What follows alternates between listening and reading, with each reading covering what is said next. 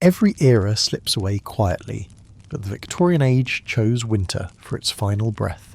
And on that last Christmas, the air over Britain carried a heaviness people felt long before they understood it.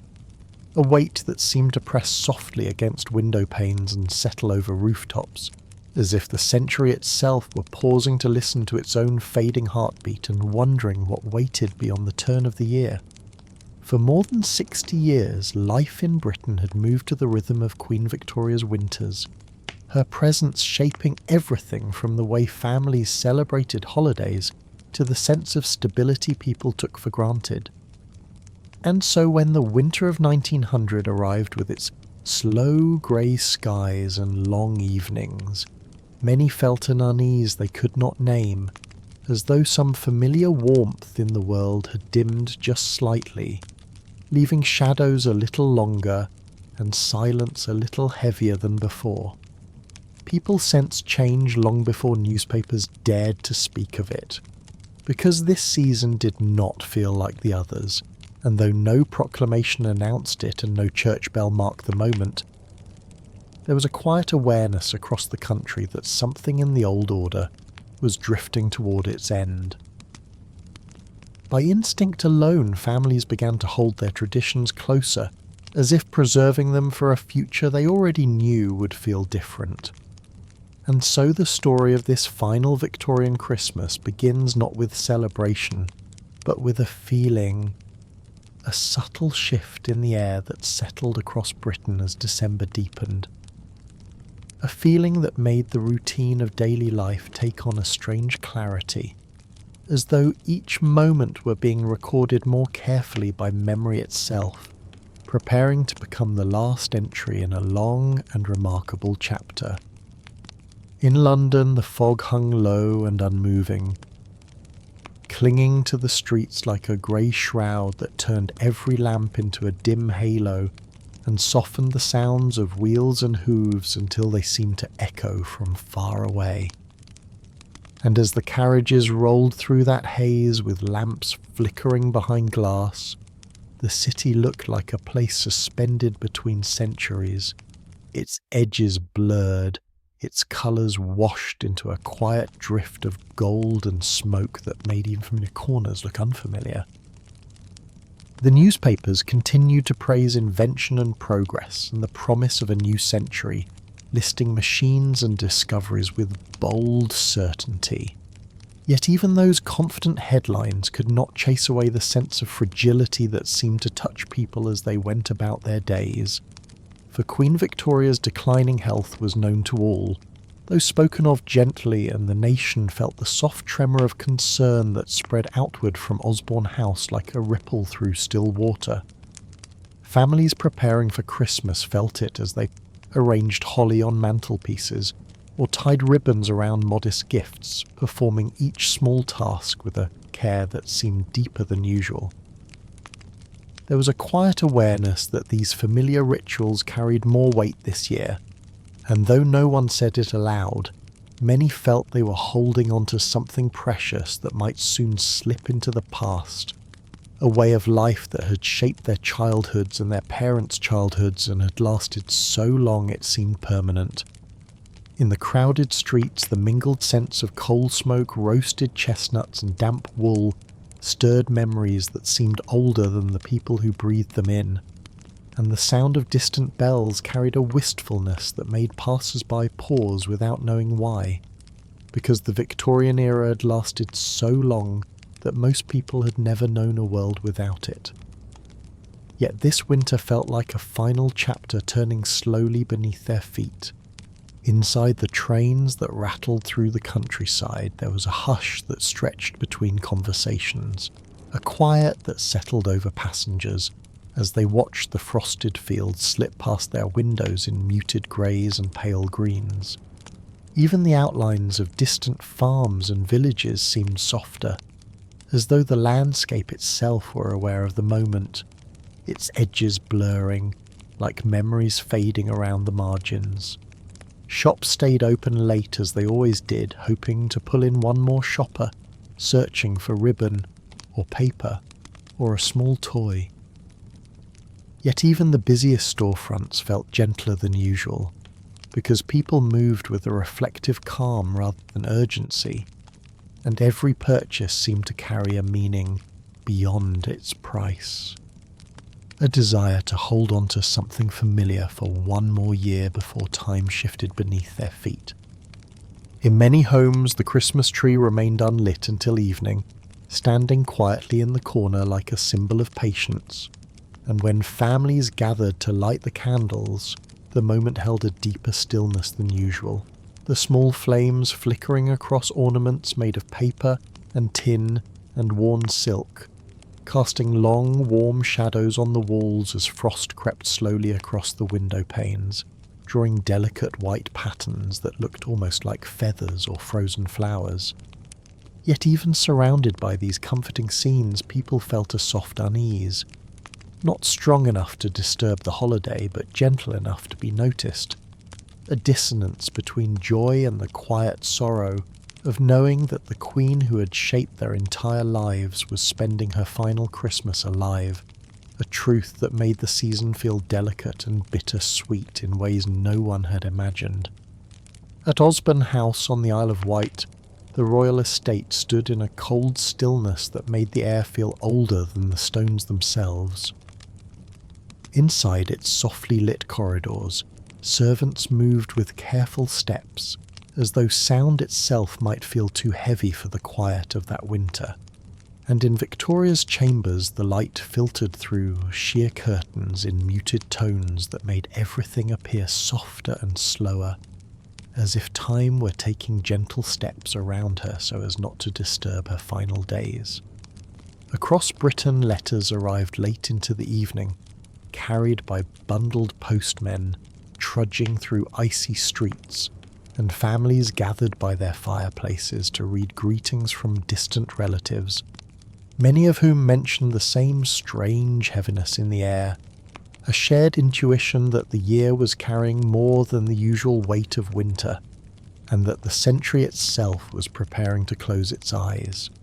The hymns drifting from churches felt different too, not weaker but more tender, sung by voices that seemed to understand they were marking more than a holiday. The flickering candles cast long trembling shadows across the pews, shadows that leaned into the aisles like memories, stretching out for just one more moment before fading into the corners of the old stone walls. Carols onto street corners carried that same gentle ache, and when children lifted their voices to sing familiar songs, their notes rose into the cold night air with a clarity that lingered long after they finished. A sound that made adults pause in their steps, not because the music was unusual, but because it felt like the kind of soft whisper the year itself might leave behind as its final breath. And so, across the country, the rhythm of life on this last Victorian Christmas moved with a slow, deliberate grace, as if the world were allowing every moment to stretch for one heartbeat longer, letting people feel the quiet weight of time settling around them as they lit candles earlier and stood by their windows later and drifted into the stillness of a winter that felt unlike any other. And in that stillness, with frost on every window and soft anticipation in every room, the last Christmas of the Victorian era unfolded gently, like a final page turning at the end of a long and extraordinary story, without fanfare, without declaration, only with the quiet understanding that after this winter nothing would ever feel quite the same again. Christmas morning in the winter of 1900 began slowly across Britain. Pale light crept over slate rooftops and chimney pots, and the frost on the windows glowed faintly in the first quiet moments of the day. Fires were coaxed back to life in the hearths of townhouses and cottages alike, and the familiar routines of the season unfolded with a practiced gentleness shaped by decades of tradition. In many homes, the sounds of the morning rose gradually rather than all at once.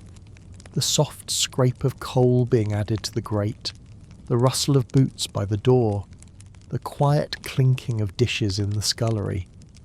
Above it all, the distant church bells rang with a calm steadiness that had marked Christmas mornings for generations and would continue to do so long after the century turned. Families moved through their houses with an unspoken choreography, passing one another in narrow corridors, warm breath visible in the cool air before the fires fully caught. The kitchen slowly filled with the scents that defined a Victorian holiday. Oranges sliced for breakfast, bread warming by the stove, the lingering sweetness of the mincemeat prepared the night before, and the faint resinous scent of the Christmas tree standing in the front room waiting for its candles to be lit. In well-to-do homes, the preparations began earlier. Cooks and maids worked side by side, shaping doughs for puddings, checking the roasting joints of beef or goose, and basting them in silence, except for the occasional whisper or nod. The polished copper pans hanging above them reflected the glow of the kitchen lamps, giving the room a warm, flickering brightness that contrasted with the cold grey morning outside. Children often woke first, though they had been told not to rise before the fire was lit. They waited on the landing or half hidden beside the staircase, whispering to one another while watching the grown-ups prepare the room for the small rituals that would follow. Stockings were checked for small toys, the tree was straightened, and the wax candles were examined one last time for safety before the matches were struck at dusk.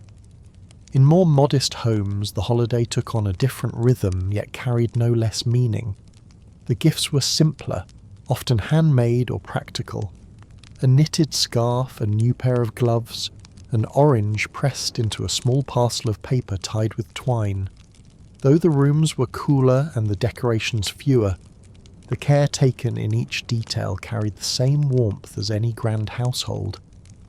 Throughout towns and cities, shopkeepers stepped outside their doorways to brush frost from their signs, even though most shops would remain closed for the day. The act was a habit formed in years when Christmas was less strictly observed. The narrow streets filled with the muffled sounds of people greeting one another on their walk to church or to visit relatives, their footsteps softened by the thin layer of ice that clung to the cobblestones. Inside the churches, preparations continued in a quiet, steady flow. Candles were trimmed, hymn books set neatly back in place, and holly arranged along windowsills where the pale winter light filtered through stained glass and cast muted reds, greens, and blues onto the stone floors. Parishioners began to gather slowly, filling the pews with the familiar rustle of coats and the low murmur of greetings exchanged between neighbours they saw daily, and others who returned only for the holidays. Back in the homes of London and other growing cities, the midday meal became the centre of the day. The smells drifting from kitchens clung to hallways and stairwells, roasted meats, spiced puddings, onions slow-cooked in broth, and the faint scent of evergreen carried in from wreaths and garlands hung along banisters and mantelpieces. The entire house took on a warmth that pushed back the winter chill, even in rooms far from the fire. Families gathered around tables covered in white cloths or simple linens, depending on their means. The meal unfolded at an unhurried pace, with quiet conversations passing between generations. Grandparents recalled earlier Christmases. Parents exchanged knowing glances over the excitement of the children, and the children themselves spoke in hushed, eager voices, careful not to break the sense of calm that seemed to belong uniquely to this day. In more affluent households, the dining room took on an almost theatrical quality. Polished silver reflected the candlelight. Crystal glasses caught the glow of the fire, and servants moved with careful, practiced steps as they carried dishes to the table. The sounds of the house reduced to soft footsteps, the faint clatter of serving spoons, and the muted crackling of the flames behind the grate. In working-class homes, the celebration was smaller, but no less heartfelt. Families sat close together, sharing dishes that had been saved or prepared specially for the day. And the pleasure came not from abundance but from togetherness, a rare chance for a full day free from labour. For a few hours they could sit by the fire, tell stories, and enjoy a meal that felt just a little more generous than the ones that came before or after. As afternoon light faded, the streets began to quiet again. People returned from visits to relatives or from church, the cold deepening around them as lamps were lit one by one along the rows of houses. The soft glow spread across windows and reflected faintly in the frost along sills and railings, while behind those panes families prepared for the evening traditions to begin. The lighting of the Christmas tree remained one of the most anticipated moments of the day. Families gathered in the front room, drawing closer as the candles were placed carefully along the branches. Their small flames trembled slightly as each one was lit, and the ornaments of tin, paper and glass caught the golden glow, transforming the darkening room into a gentle shimmering scene that felt separate from the world outside.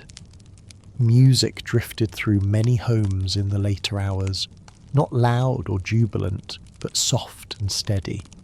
A family member played a tune on the piano, or a group hummed carols together, voices blending naturally in the warm lamplight. The fire settled into a low, comforting crackle that echoed faintly through the quiet house. And as night settled fully across Britain, the final Christmas of the Victorian century carried on not with spectacle, but with the steady familiar rituals that had shaped the season for decades. People leaned into those moments with uncomplicated warmth, grateful for the food on their tables, the company around them, and the traditions that helped the winter feel a little less cold. For most households, the day ended with a simple calm.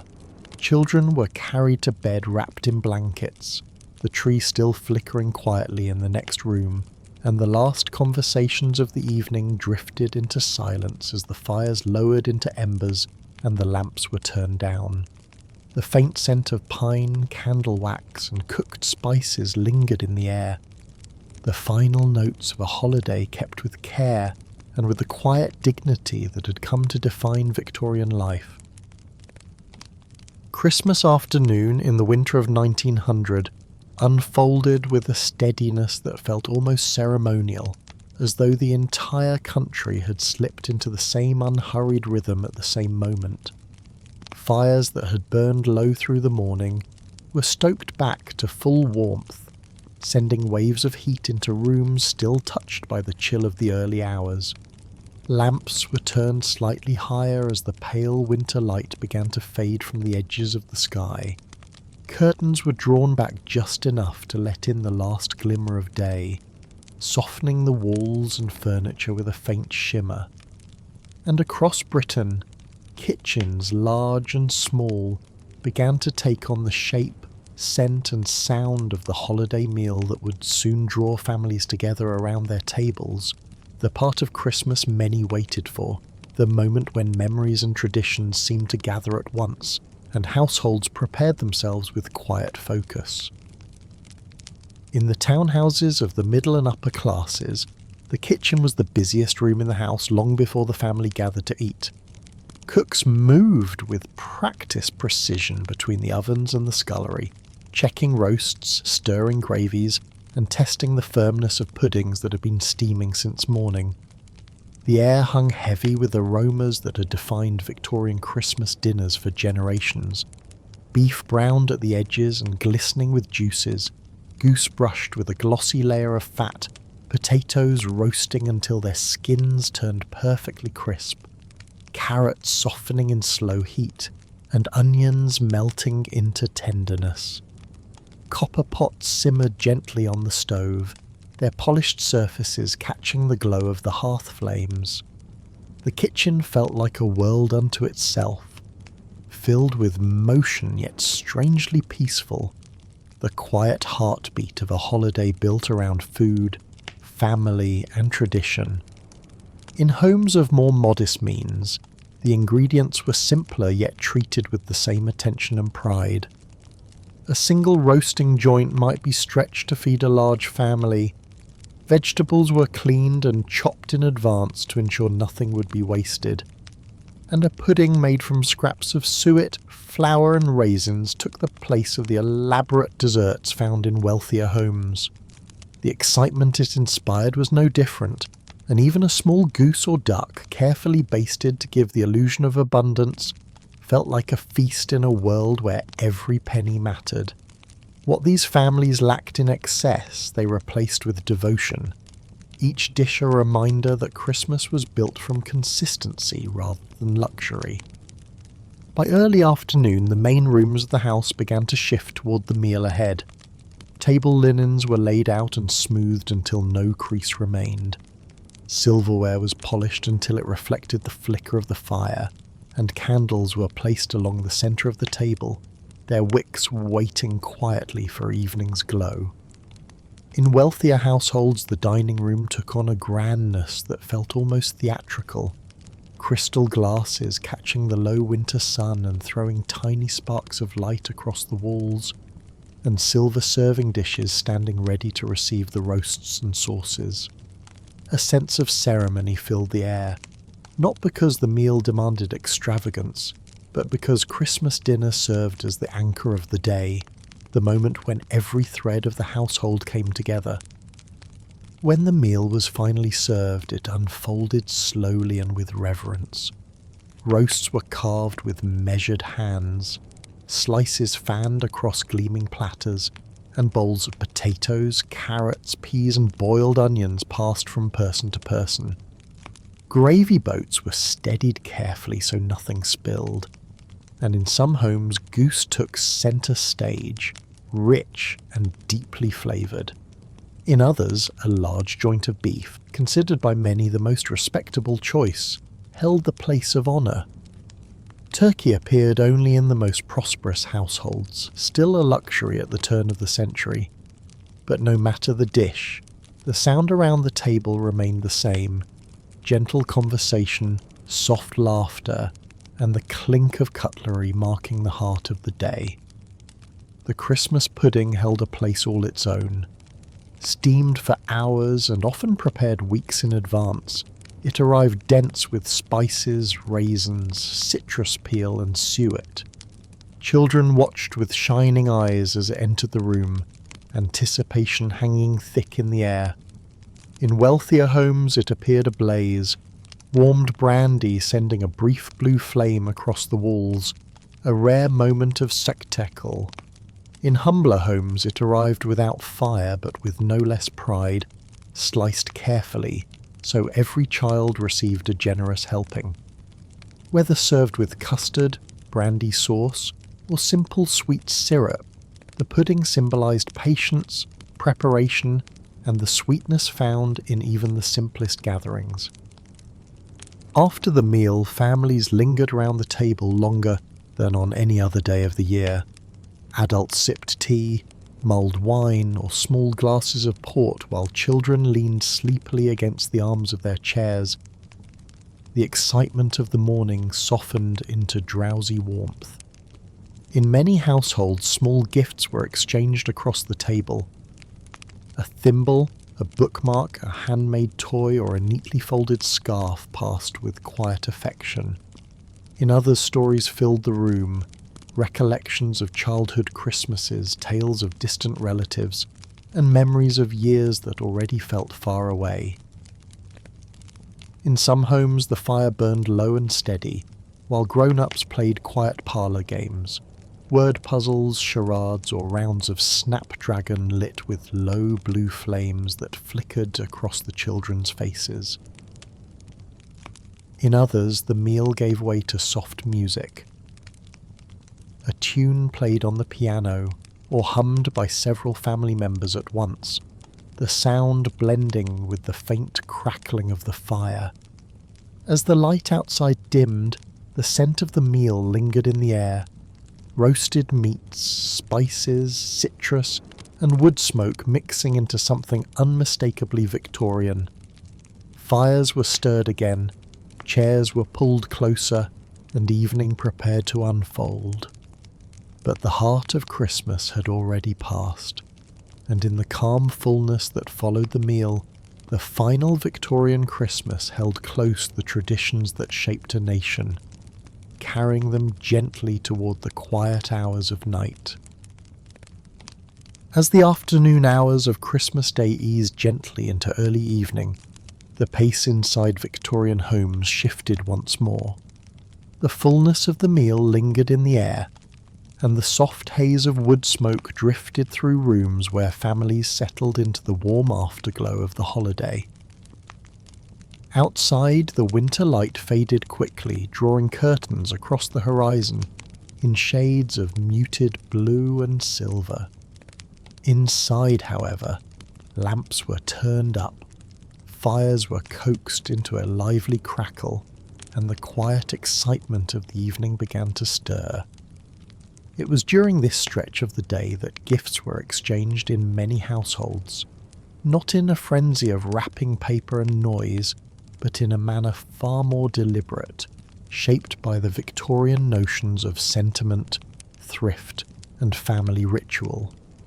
In wealthier homes, the exchange of gifts had become increasingly common by the end of the century, influenced by the rise of department stores and the growing availability of manufactured toys.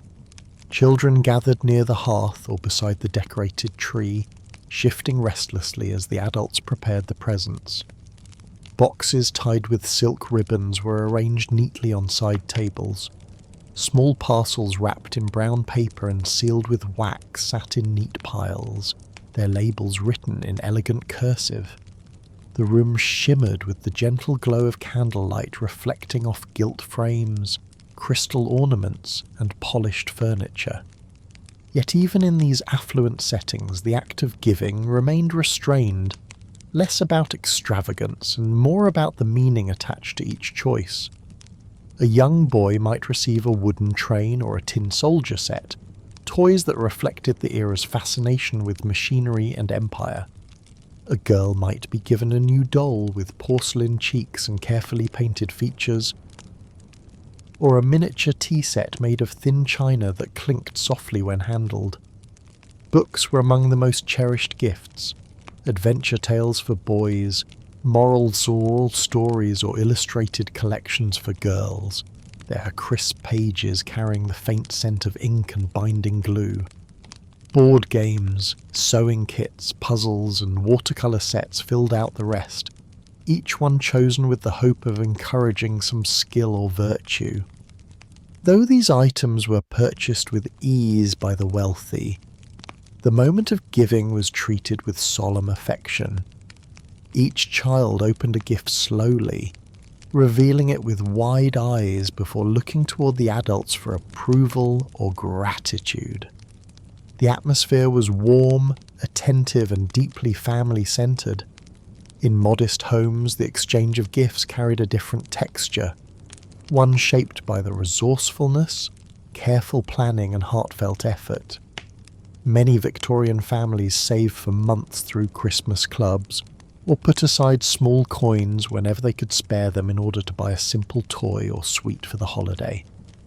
A knitted scarf or pair of mittens might be the product of evenings spent hunched over a kerosene lamp. A rag doll could be made from leftover fabrics, stuffed with scraps and decorated with buttons or bits of thread.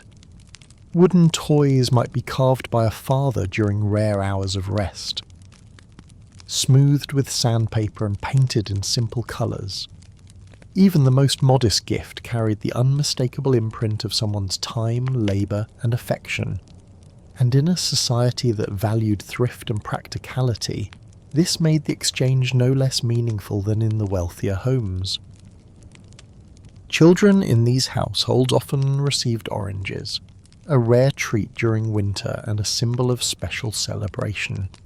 Wrapped carefully in paper and tied with twine, the fruit's bright scent filled the room when opened. Sweets, when available, were given sparingly. A few peppermint drops, a single piece of toffee, perhaps a small cone of sugar saved specifically for the day. Store-bought toys were rarer but held immense significance when they appeared.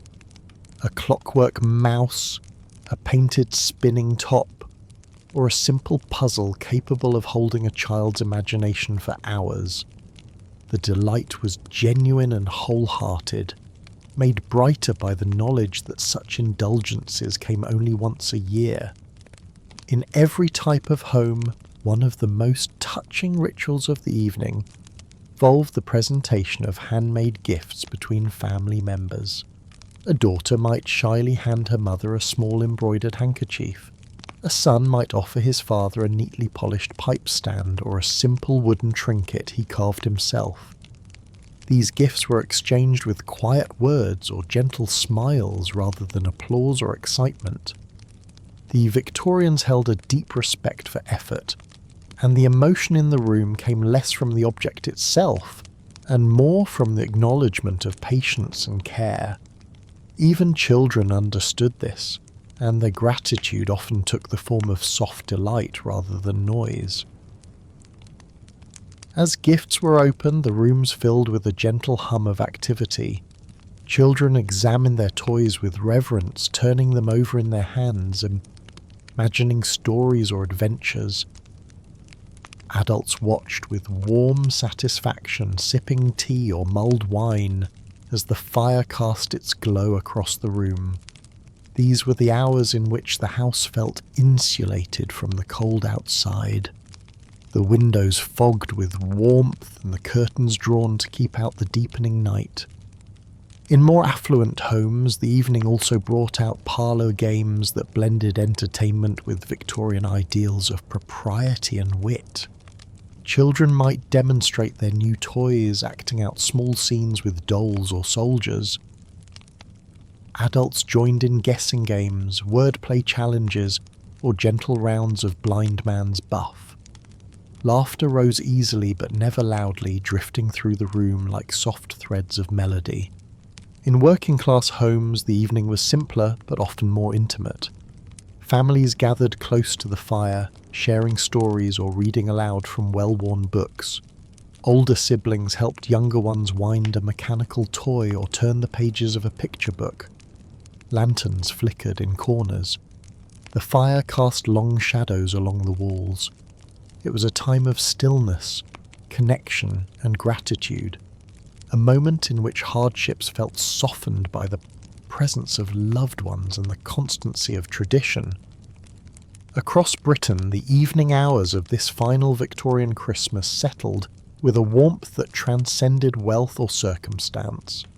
Whether the gifts were plentiful or few, elaborate or handmade, purchased or crafted from scraps, the intention behind them remained the same: to bring comfort, delight, or simple joy. In a society so familiar with hardship, the act of giving held a power that stretched far beyond the objects exchanged.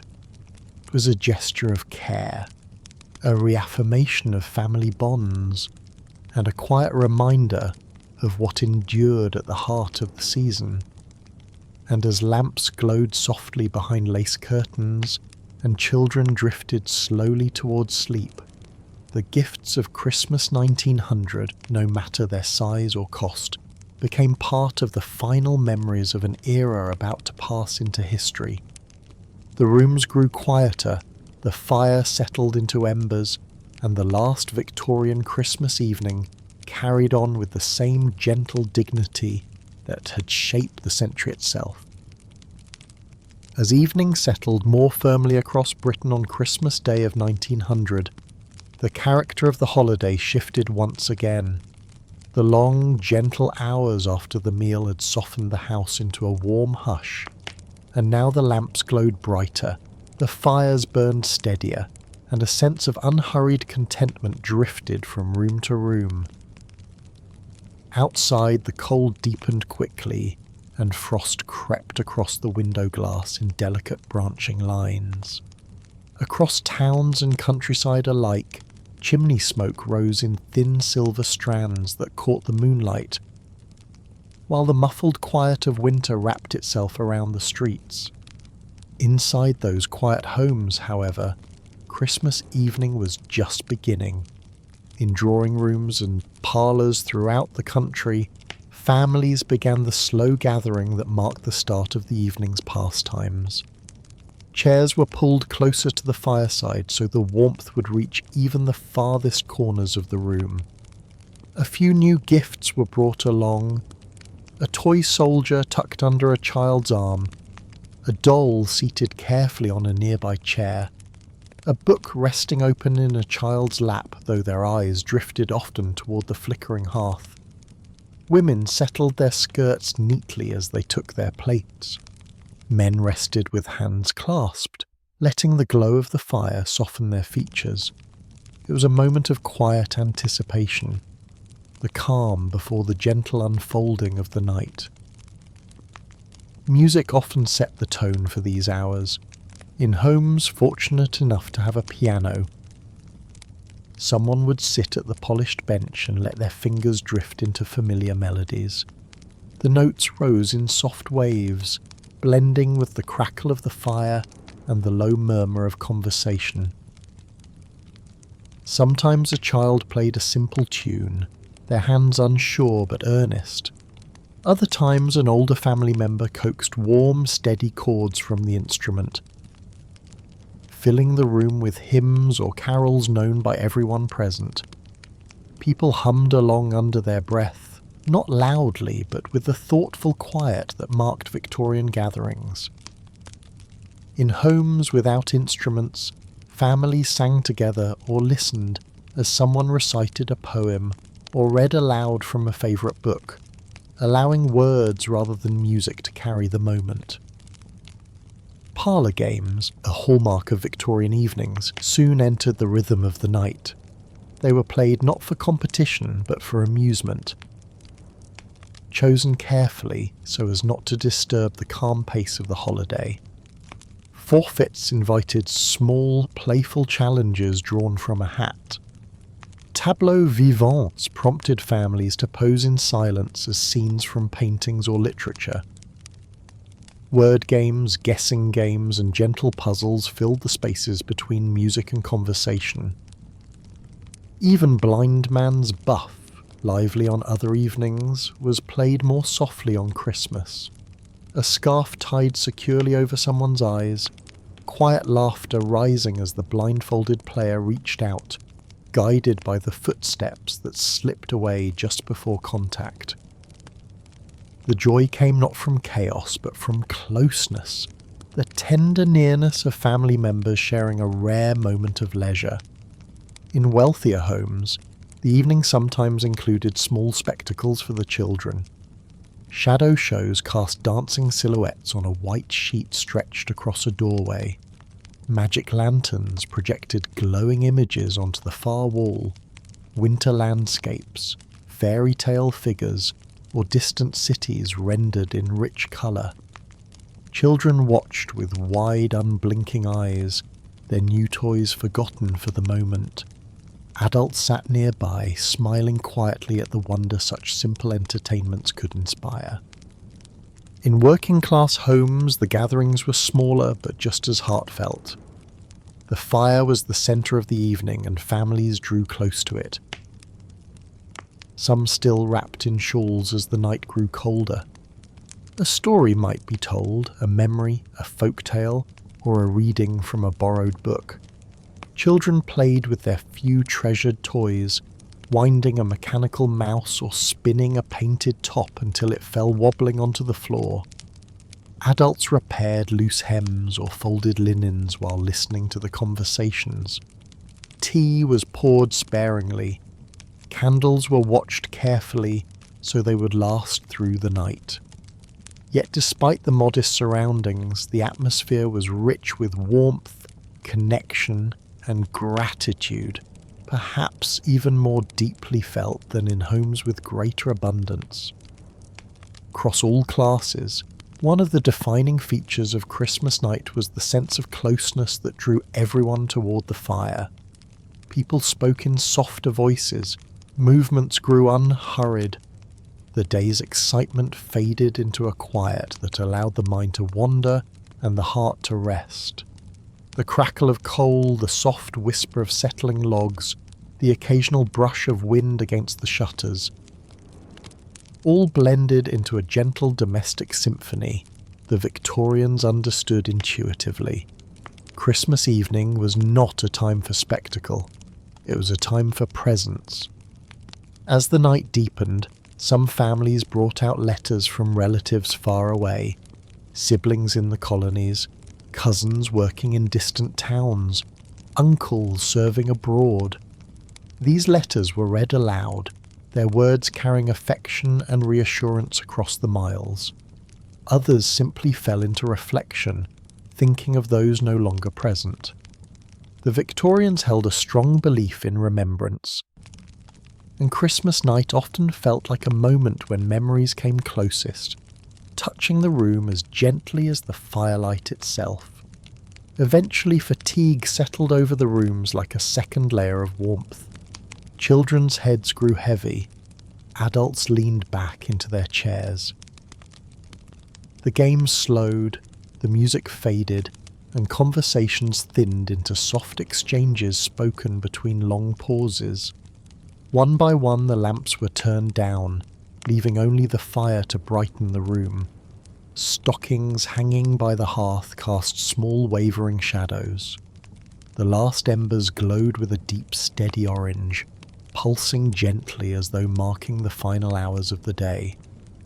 Across Britain on that final Christmas of the Victorian century, homes settled into a slow, breathing stillness.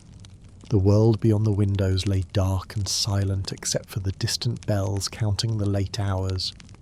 Inside, families prepared for sleep, children carried quietly to bed, adults whispering good night as doors closed down the hallway. The holiday had unfolded in full, from the quiet beginnings of the morning to the reflective calm of the night. And as fires dimmed and rooms cooled, the last Christmas evening of Queen Victoria's era came to a close with the same understated grace that defined the century itself. No spectacle marked its end, only the gentle settling of a nation wrapped in winter, carrying its traditions, its memories, and its hopes toward the uncertain dawn of a new century. Christmas night in the winter of 1900 settled over Britain with a calm so deep it seemed to soften the edges of every street, every rooftop, and every drifting plume of chimney smoke. In most homes the fires had lowered to gentle embers, the lamps had been turned down to a warm, steady glow, and families were drifting into the slow quiet of the late hours. But outside those warm rooms another world existed, a world wrapped in winter darkness and lit only by scattered gas lamps and the pale shimmer of moonlight reflecting off frost-coated cobblestones. It was a world many Victorians knew well, the streets at night, peaceful yet watchful, alive with small movements and subtle sounds that marked the final hours of Christmas Day. In the larger towns and cities, the last of the lamplighters made their rounds just after dusk, carrying long poles tipped with flames that touched the glass globes one by one until each lamp glowed amber against the cold. By this hour most lamps were already lit, but some still needed tending, especially near alleys or corners where the wind had blown them out. The lamplighters worked quickly and quietly, boots crunching over thin ice as their warm breath rose in small clouds. Their silhouettes stretched across stone walls as they passed, and when their final task was done, they disappeared into the night, leaving behind a soft trail of golden orbs that pushed back the dark in narrow corridors of light. Shopkeepers who lived above their stores sometimes stepped out onto their doorsteps for a moment of quiet before turning in. Though their shops had been closed all day, the habit lingered, sweeping a corner, brushing frost from a window, checking the latch on a shutter.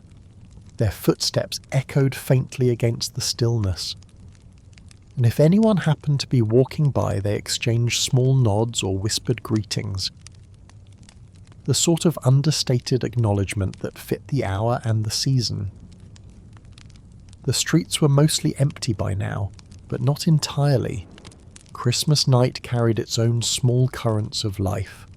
Some families took short evening walks bundled in coats and mufflers, especially in quieter neighbourhoods where the streets sloped gently and the lamps stood in evenly spaced rows. These walks were never long and rarely planned, happening almost instinctively as a way to settle the fullness of the day or admire the stillness that only winter could bring.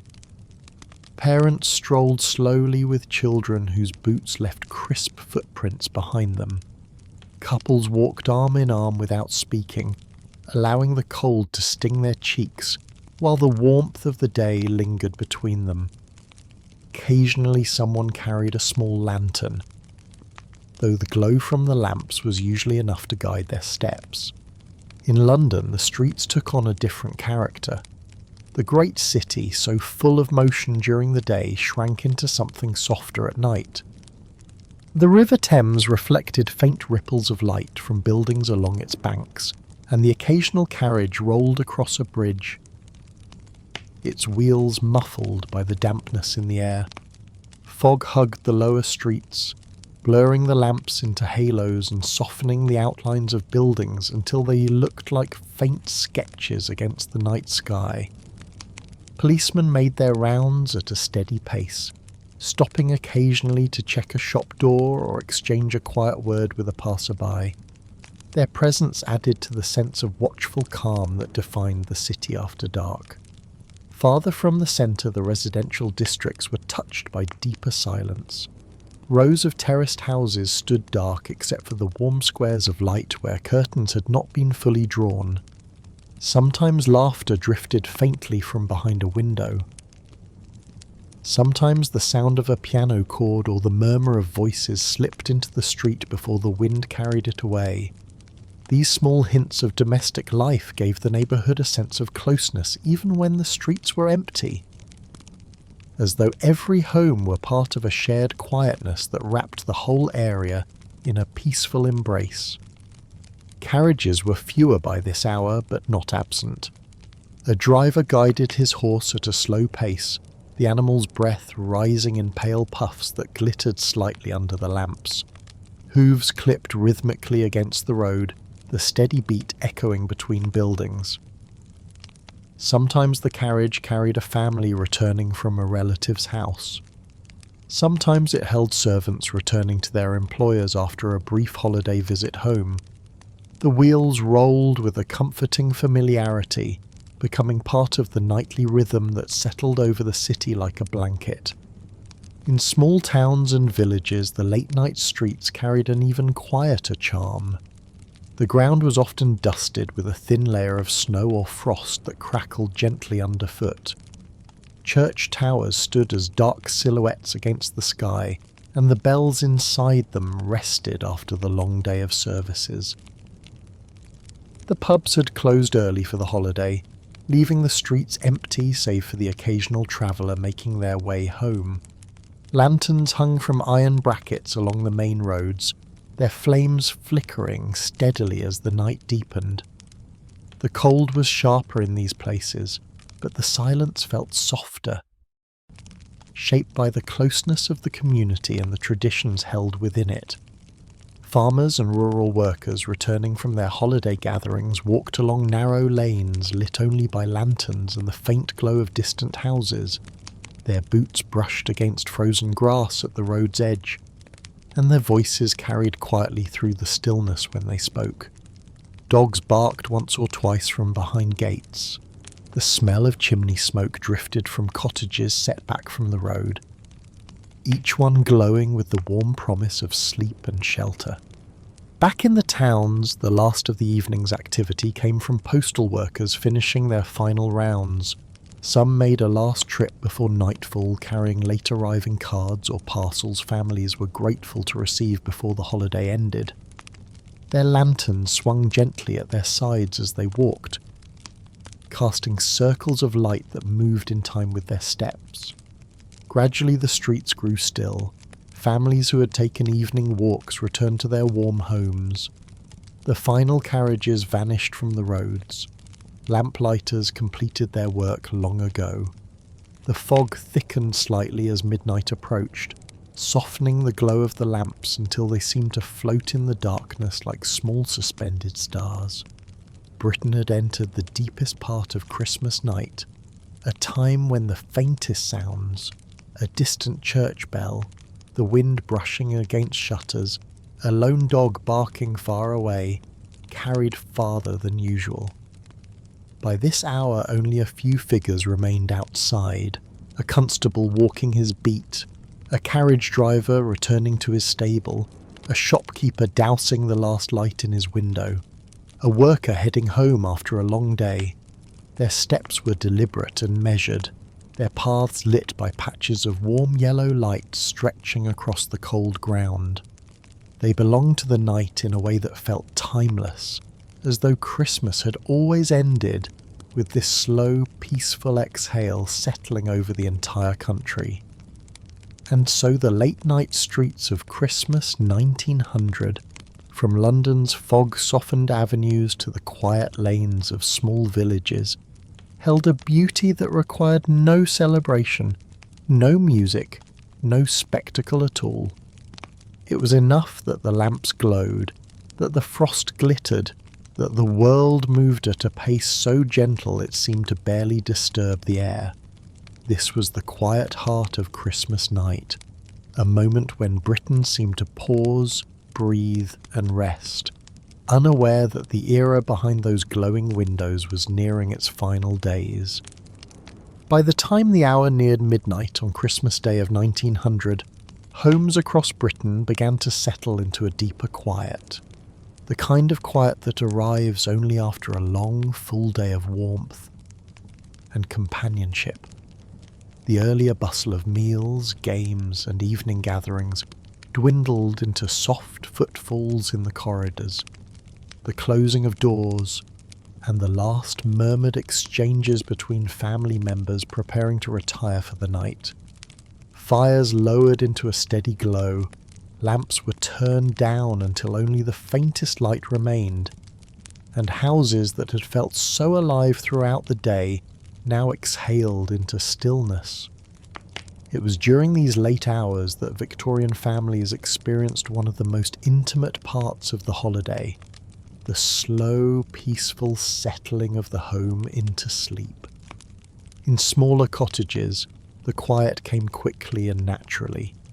Space was limited and routines were familiar. Parents guided children toward the bedroom, helping them out of their holiday clothes and into nightshirts thick enough to guard against the chill. The last embers in the hearth were banked for safety, covered lightly with ash to ensure they glowed through the night without sparks. Brothers and sisters settled into shared beds, whispering for a few final minutes before the cold encouraged them to grow still beneath the heavy blankets. In these modest homes, the Christmas day had been simple but meaningful, and the night that followed carried a comfort rooted in habit, family closeness, and the reassuring quiet of winter outside. Larger homes followed a more elaborate routine. Servants began shutting down the house long before the family retired. In the kitchen, dishes were dried and stacked neatly, leftovers stored away, and the great oven allowed to cool after the long hours of roasting. Floors were swept and towels hung to dry. Upstairs, maids moved slowly through the corridors, blowing out candles in unused rooms, checking that windows were latched against the cold, arranging chairs and cushions back into their proper places. Their movements were quiet but methodical, the final tasks of a long day that likely began before dawn. In many households, Christmas was one of the busiest days of the year for servants, yet they too found a brief peace in these late hours, when the noise had faded and the pace softened at last. Children in wealthier families retired earlier than the adults, though not before clutching their new toys one last time.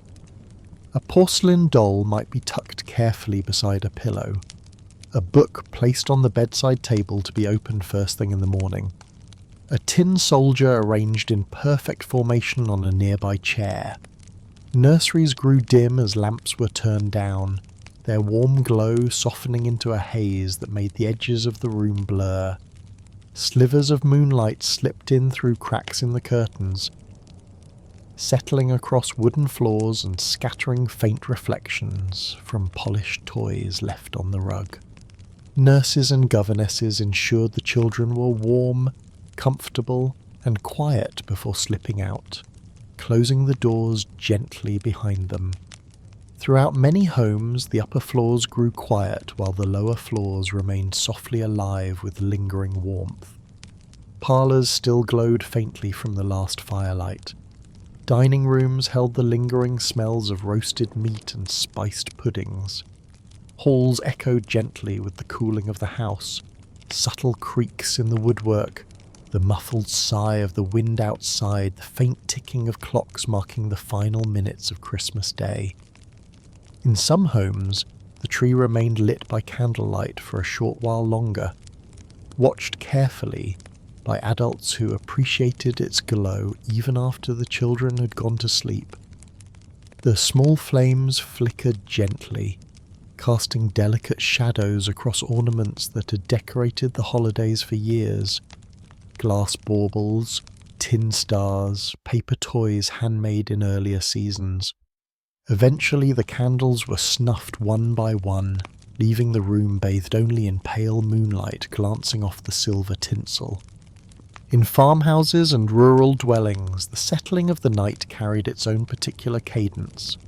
Livestock fed extra rations earlier in the day shifted quietly in the barns. Dogs curled near the back door, warm from a long day spent close to their families. Boots were placed neatly by the hearth to dry, and the lingering smell of wool coats hung in the air.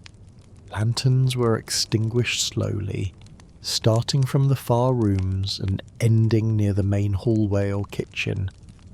The wind outside brushed against the wooden siding of the house, a reminder of the cold waiting beyond the walls, but held at bay by the fire's steady warmth. Families listened to the sounds around them, the settling of the roof timbers, the faint cry of an owl, the rustle of branches, all blending into the deep winter silence that characterized rural Christmas nights. Meanwhile, in large Victorian townhouses, the final stage of the evening often unfolded in the drawing room. Adults lingered for a short while longer, finishing conversations too pleasant to end abruptly. A father might read a few final paragraphs from a newspaper. A mother might fold the hem of a child's cloak or examine the stitching of a handmade gift she had received. The glow from the fireplace lit the room with a soft amber hue, reflecting on ornaments still hanging from the tree. At some point the conversation slowed into long pauses. Teacups were emptied and set aside, chairs were pushed back gently, and one by one the adults rose to retire, offering soft good nights before disappearing into the hallway. At last the house reached its quietest moment, that rare hour when almost everyone slept and the building itself felt alive, only in the faintest possible ways. The last coals in the hearth shifted occasionally with a gentle sigh. Floorboards cooled and tightened. The winter wind outside pressed lightly against shutters and chimneys, but not enough to disturb anyone's rest. The stillness carried a comforting weight, a peaceful reminder of the long day that had passed and the lingering warmth left behind. This was the private heart of Victorian Christmas, not the decorations, the feast, or even the gifts, but the profound quiet that settled when the day's final lamp was extinguished. A quiet built from family closeness, steady traditions, and the awareness that another Christmas had been lived and remembered. In these late-night hours, the century felt suspended in time, unaware that its final winter was nearly spent. And as the night drifted slowly toward morning, Britain slept under a blanket of frost and moonlight, carrying the last Christmas of the Victorian era gently into memory.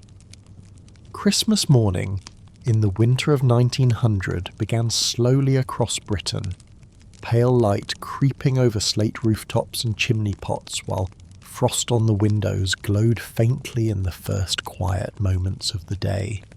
Fires were coaxed back to life in the hearths of townhouses and cottages alike, and the familiar routines of the season unfolded with a practiced gentleness shaped by decades of tradition. Inside those homes, the shift from Christmas night to Boxing Day morning happened softly. There were no sudden movements, no urgency, no rush. Instead, the first sounds were subtle and familiar. A creaking floorboard under someone's step, the low hum of wind brushing against the shutters, a fire being coaxed back to life with practiced hands. Many families slept longer than usual, their bodies tired from the warmth and fullness of the day before. Heavy blankets holding the lingering chill at bay as bedrooms glowed with the faint blue-grey of winter's earliest light. In small cottages, the first person awake was often the one responsible for the hearth.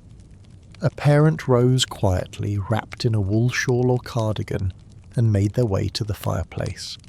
Ash was brushed aside, embers stirred, and a log saved specifically for the morning after Christmas was placed gently at the centre of the grate.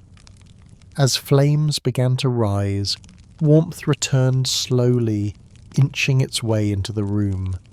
The smell of burning wood mingled with the faint sweetness of yesterday's spices, reminders of the holiday still lingering in the air.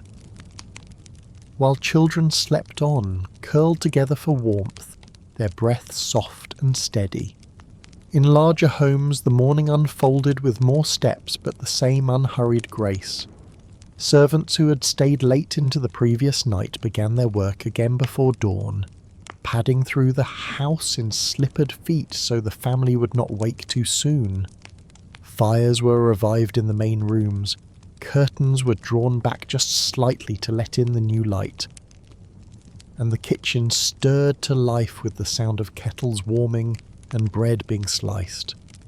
Leftovers from the feast were arranged neatly for later meals: cold beef, sliced goose, puddings wrapped and stored carefully, still holding the scent of cloves, raisins, and winter citrus.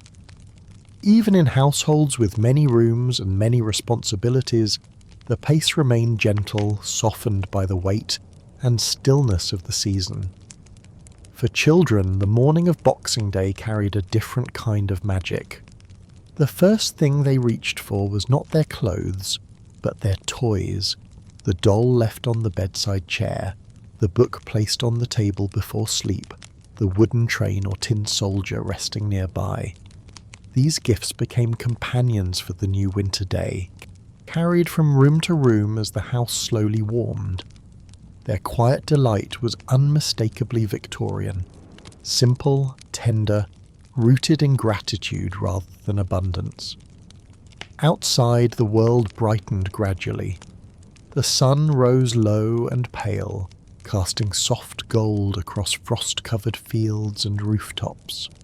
Footpaths glistened with thin sheets of ice, and smoke curled steadily from chimneys, building a faint haze above the streets.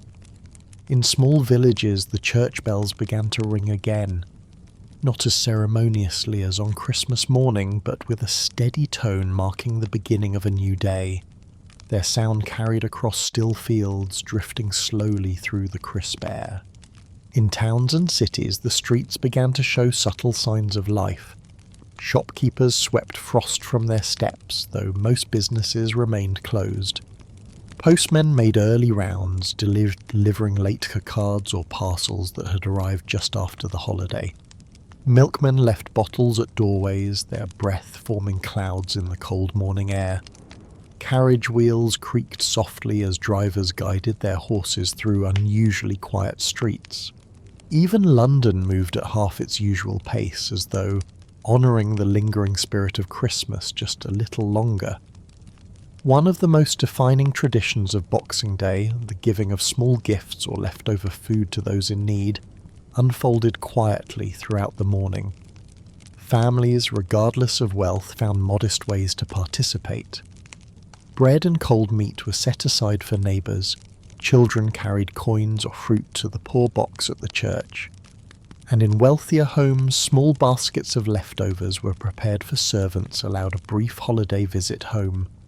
The practice was humble, rooted in charity rather than celebration, and carried out with the same quiet sincerity it had held for generations.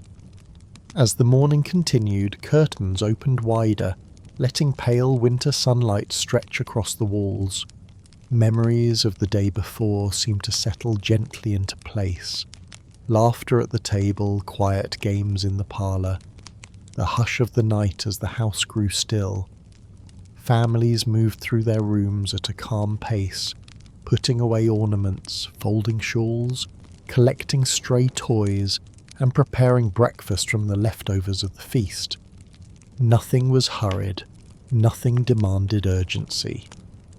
The Victorian Christmas was designed to unfold slowly, and its closing moments were treated with the same deliberate care as its beginning. In some homes, the day ahead held plans, visits to relatives, a winter walk, a gathering of neighbours. In others, the morning passed in peaceful stillness, families content to remain indoors by the fire, wrapped in the lingering warmth of the season. The mood was reflective and tender, shaped by both the closeness of the holiday and the turning of the year. The century had only days remaining, though most gave it little thought. Daily life, unchanged for generations, carried them gently forward without urgency or fanfare.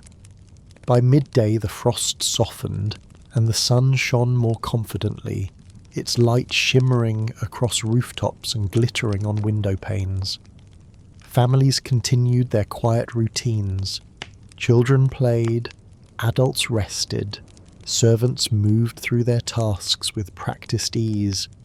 Homes of every size stood in the soft glow of winter light as though suspended between seasons, holding Christmas close while stepping slowly toward the final days of the Victorian era. And so the last Boxing Day morning of the 19th century passed with quiet dignity.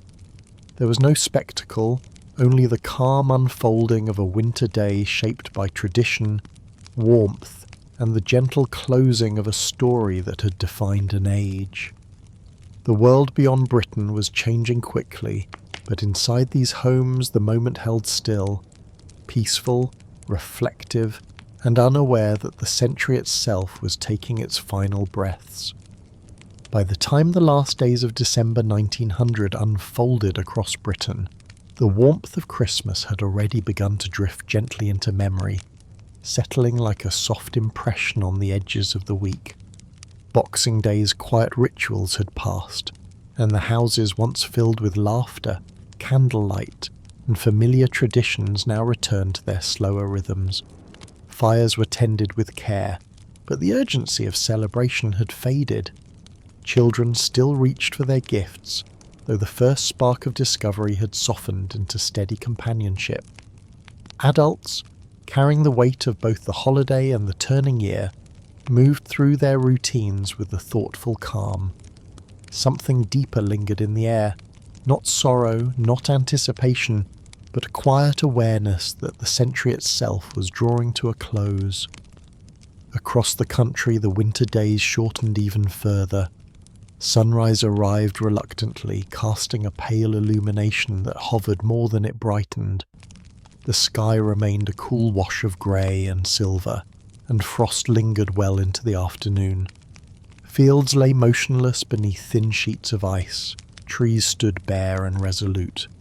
Even the rivers seemed slowed by the season.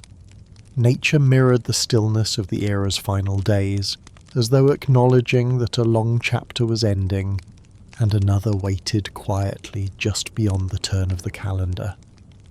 Inside the homes where Christmas had been celebrated, these last days of the year carried a gentle, reflective mood.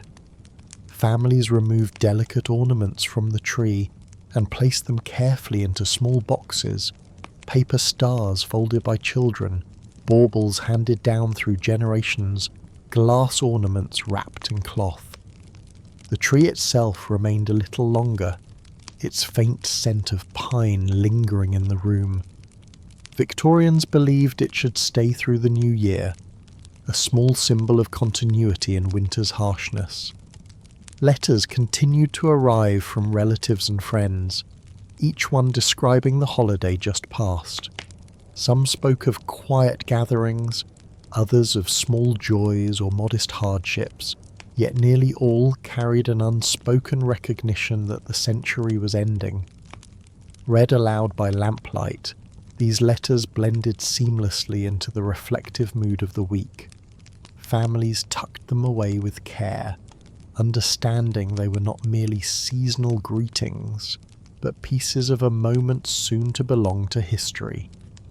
Beyond the home, towns and cities moved at a noticeably slower pace. Markets reopened but were no longer crowded. Department stores dimmed their holiday displays, replacing garlands with practical advertisements. Streets that had bustled only days earlier returned to familiar rhythms. Carriages moving at measured speeds, pedestrians wrapped in scarves, factory bells echoing faintly across districts. Yet even amid this normalcy, there was a softness in the air, as if everyone sensed they were living through the final breath of an era. London, the nation's restless centre, reflected this mood most clearly. Fog rolled along the Thames, softening the outlines of bridges and warehouses. Gas lamps glowed like suspended halos. Newspapers spoke of the coming year with cautious optimism. Inventions, politics, global change, but they also noted Queen Victoria's age and the likelihood that her long reign was nearing its end. Victorians had never known another monarch. Her presence shaped their customs, laws, and worldview. The close of the century felt inseparable from the twilight of her era. In rural villages, where life shifted more slowly, the ending of the century was felt in quieter ways. Farmers paused during chores and watched the winter light stretch differently across the landscape. Workers gathered around hearths, speaking of the year ahead in practical terms, prices, weather, livestock, yet even they sensed the subtle turning of time, carried on cold winds brushing against barns and cottage roofs. As December 31st approached, households prepared for the new year with modest rituals. Linens were washed, floors swept, windows cleared of frost where possible. Some families cooked small dishes meant to bring luck. Others placed a coin on the windowsill overnight to invite prosperity. These customs varied across Britain but shared a common desire: to welcome the new year with homes that felt tended and warm. New Year's Eve unfolded with a calm unknown to later generations. There were no fireworks, no countdowns, no grand spectacles.